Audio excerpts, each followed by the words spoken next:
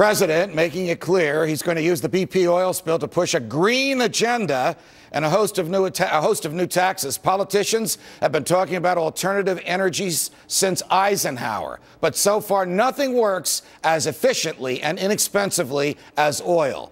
So at the end of the day, are the so-called environmentalists motivated by their love of nature or their dislike of capitalism, Charlie Gasparino? Probably a combination of both. I mean, listen, I've always marveled at this notion of the green energy, because if it was that easy, if it was that efficient, wouldn't some smart capitalist have developed a car where you can, I guess, urinate in the gas tank and it works? Like, all right, I'm not sure that we're going to use that.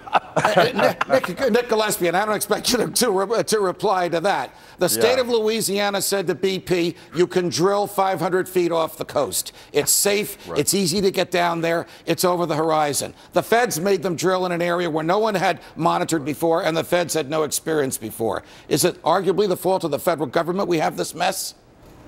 I think it's the fault of BP first and foremost, because they clearly didn't follow the best practices for capping wells and having backup systems. But there's no question that, this is a federal issue. This is taking place in federal waters on a federal seabed. The feds regulate this. They were not doing their job as well. So there is a role for the government to play here, both in taking blame and figuring out what to do.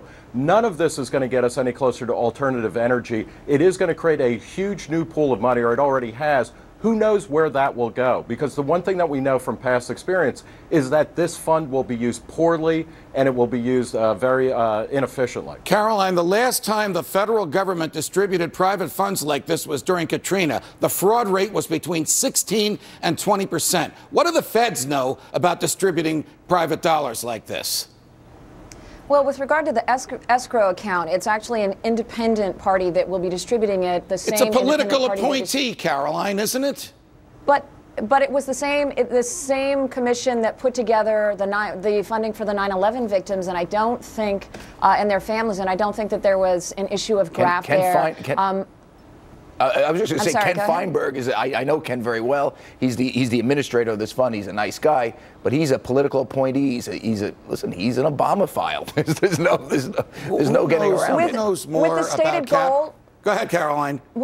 But he has the stated goal of distributing funds to individuals who've been affected. I'm not really sure. It's less policy. Should we trust the government with BP's funds? Should Joe Biden be able to say to the chairman of BP, give us $20 billion or we'll take it from you? No, you shouldn't trust the government with these funds. And, Ken Feinberg does have a reputation for being brutally fair. But, I worry about this panel and who is going to be on the panel, who's going to decide who gets what in the payouts. We've seen these funds before used in the Dalkin Shield and tobacco litigation settlements. This is a victory for the trial lawyers. Who could have seen this?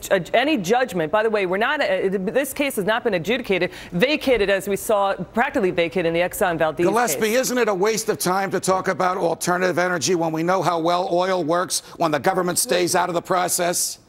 Look, historically, it's not even a question of what, because government's in the oil business, they regulate it, et cetera. But one thing we know, we have a cheap, plentiful, amazingly efficient and effective fuel source. That's not going to go away soon. And also, if past this prologue, the alternatives are not going to come clearly into view until we actually are at something like peak oil, which may never happen, because, it's not that we're pumping the same oil out of the ground or the same gas or the same coal. There are constantly better and better ways to use this to stretch it further and further. Got it. Caroline Heldman, Nick Gillespie, Elizabeth McDonald, EMAC, Charlie Gasparino, thanks for joining us.